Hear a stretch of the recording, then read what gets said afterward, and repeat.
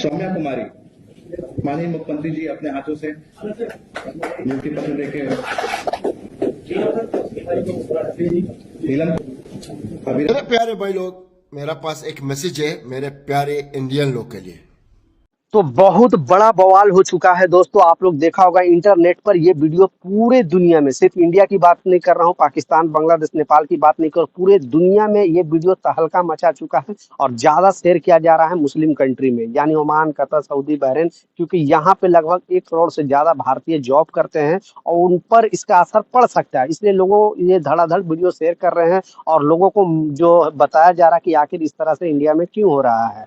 तो इस खबर को ध्यान से सुनना। दूसरा जो इम्पोर्टेंट अपडेट है, और बहुत सारे इंडियन लोग को वार्निंग दिया गया है, क्या कारण है, क्यों वार्निंग दिया गया है, वो भी आपको इसी अपडेट में बताने वाला हूँ। तीसरा एयरपोर्ट से रिलेटेड एक अपडेट आ रहा है, वो भी आपको बताने वाला हूँ। 2-3 मिनट का वीडियो है, लास्ट तक जरूर देखना ताकि आपको पूरी जानकारी मिले। तो चलिए स्टार्ट करता हूँ, बताता हूँ अपडेट के बारे में। तो एयरपोर्ट से रिलेटेड जो अपडेट आया, कल के वीडियो में भी मैंने बताया था कि बहुत सारे अभी भी फ्लाइट है वो डिले चल रहा है, बहुत सारे फ्लाइट है जो डाइवर्ट कर दिया जा रहा है। यानी अगर दिल्ली एयरपोर्ट पर अदर कंट्री से आप आ रहे हो तो उसे डाइवर्ट करके जयपुर कर दिया जा रहा है, या फिर जहाँ पे मौसम सही है वहाँ पे, क्योंकि लैंड नहीं कर पा रहा है वो भी फॉग गिरने की वजह से, यानी धुंध गिरने की वजह से पायलट को रनवे सही से नहीं दिख रहा है। इस वजह से जो पायलट है वहाँ पे फ्लाइट को लैंड नहीं करा पा रहा है, उसके लिए अलग दूसरे जगह पे डाइवर्ट कर दिया जा रहा है। अब जो उनके रिसीव करने वाले फैमिली आ रहे हैं वो परेशान हो जा रहे हैं, क्योंकि मान लिया अगर जयपुर में अगर ट्रांसफर किया है जो फ्लाइट को, तो वहाँ पे लेने कैसे जाएंगे, और उनके लिए गाड़ी वगैरह लेकर आते हैं।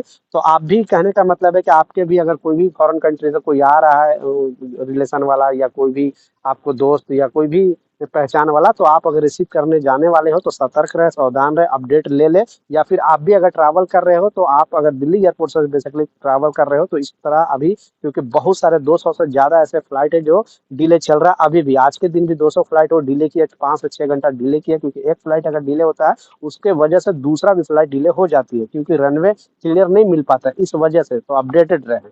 दूसरा जो इम्पोर्टेंट अपडेट है, जैसा आप एक वीडियो, ये वीडियो जरूर आप तक पहुंचा होगा, पूरे दुनिया में इसे शेयर किया जा रहा है।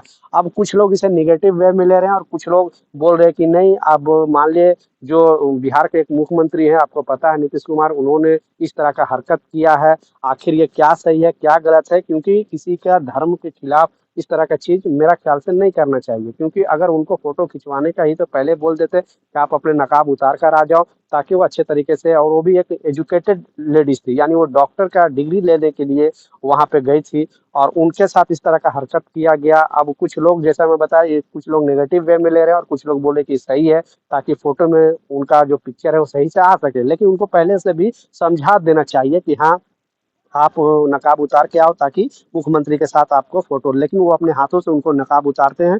तो ये जो सिर्फ अभी जो सोशल मीडिया का जमाना है, ये सिर्फ इंडिया तक सीमित नहीं रहता है, पाकिस्तान तक सीमित नहीं रहता है, पूरे दुनिया में सीमित मतलब पहुंच जाता है। जैसे मुस्लिम देश Oman, Qatar, Saudi, Bahrain, Dubai, तो वहाँ के लोकल लोग भी इस पर रिएक्शन देते हैं, बताते हैं कि इंडिया में इस तरह का चीज बिल्कुल नहीं होना चाहिए। तो आप क्या सोचते हैं नीचे कमेंट सेक्शन में जरूर अपना राय लिखें। लेकिन मेरा मानना है कि कोई भी अपना धर्म का पालन कर रहा है तो उसे पालन करने देना चाहिए, उनको इस तरह का छेड़छाड़ नहीं करना चाहिए, मेरा ओपिनियन है। लेकिन आप जरूर अपना राय लिखें ताकि मैं भी आपसे सीख सकूं कि आप क्या सोचते हो। लास्ट जो सबसे इंपॉर्टेंट अपडेट है, एक बहुत बड़ी खबर सामने आ रही है और क्लियरली अपडेट जारी करके बता दिया गया है, यानी 31 दिसंबर तक, ठीक है, 31 दिसंबर तक जो वार्निंग दिया गया है भारतीयों को। क्योंकि जैसा आपको मालूम है कि मुस्लिम देश जैसे ओमान, कतर, सऊदी, बहरीन, ये 4, 5, 6 कंट्री, जीसीसी के 6 कंट्री में सबसे ज्यादा भारतीय जॉब करते हैं। अकेले यूएई के अंदर विदेश मंत्रालय के डेटा के हिसाब से 43 लाख भारतीय सिर्फ दुबई के अंदर रहते हैं। उसके बाद सऊदी अरबिया के अंदर लगभग 26 लाख भारतीय रहते हैं। कुवैत के अंदर 10 लाख रहते हैं। कतर के अंदर 7.5 लाख रहते हैं। बहरीन के अंदर लगभग आपको 3.5 लाख है। उसी तरह ओमान के अंदर 6-7 लाख रहते हैं। तो टोटल जो पॉपुलेशन अगर बताया जा रहा है, ईरान वगैरह छोड़ दो, तो आपको लगभग 1 करोड़ से लगभग ज्यादा की तादाद रहते हैं यहाँ पे, भारतीय जॉब करते हैं। तो बेसिकली ये जो नया रूल आया है वो दुबई के अंदर आया, क्योंकि सबसे ज्यादा भारतीय, जैसा मैं बताया, दुबई के अंदर रहते हैं। और सारे लोगों को ये वार्निंग दिया गया है, ध्यान से सुनना इस वीडियो को और लोगों के साथ जरूर शेयर कर देना ताकि उन तक भी इस तरह का इन्फॉर्मेशन मिले। बेसिकली इंडियन एम्बेसी भी लोगों को गाइड किया है और वहाँ की गवर्नमेंट भी बताया है कि अगर आपका वर्क वीजा यानी 2 साल का वर्क वीजा आपका लगा हुआ है और आपका वीजा कैंसिल हो जाता है, तो आपके पास मिनिमम जो है वो 28 डे का टाइम होता है। ठीक है, 28 दिन का टाइम होता है। 28 दिन के अंदर अगर आप दूसरी कंपनी में जॉब चेंज कर लेते हो तो कोई प्रॉब्लम नहीं है, या आप अपने कंट्री वापस आ जाते हो तो कोई प्रॉब्लम नहीं। लेकिन अगर उससे ज्यादा, एक दिन भी ज्यादा अगर रह लेते हो तो आपको एक दिन का वहां का मतलब 100 दरहम यानी इंडियन मनी 2200 से 2300 रुपए जुर्माना स्टार्ट हो जाता है। उसके बाद 50 दरहम स्टार्ट हो जाता है। जितने दिन रहोगे उतने दिन आपको एक एक दिन का 50 दरहम यानी 12 से 1300 रुपए डेली का आपको जुर्माना लगता रहेगा। तो बहुत सारे ऐसे कामगार हैं जिनको पता नहीं है कि मिनिमम 28 दिन हमको टाइम होता है यहाँ पे वीजा कैंसिल होने के बाद रहने के लिए,